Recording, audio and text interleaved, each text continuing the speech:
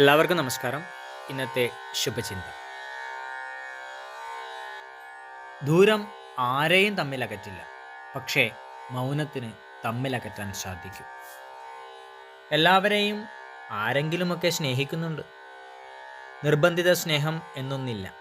സ്നേഹം അത് നൽകുന്നവരറിയാതെ പുറപ്പെടേണ്ടതും സ്വീകരിക്കുന്നവരറിയാതെ എത്തിച്ചേരേണ്ടതുമാണ്.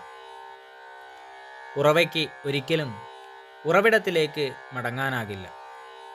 ഓരോ തടസ്സത്തിലും അത് വഴി മാറിയൊഴുകി കടലിൽ തന്നെ എത്തും. പോകുന്ന വഴികളിലെല്ലാം തീരങ്ങളെ നനച്ചുകൊണ്ടുമിരിക്കും. എല്ലാവർക്കും നന്മകളുണ്ടാകട്ടെ. എല്ലാവർക്കും ജീവിത വിജയം ഉണ്ടാകട്ടെ. നന്ദി, നമസ്കാരം.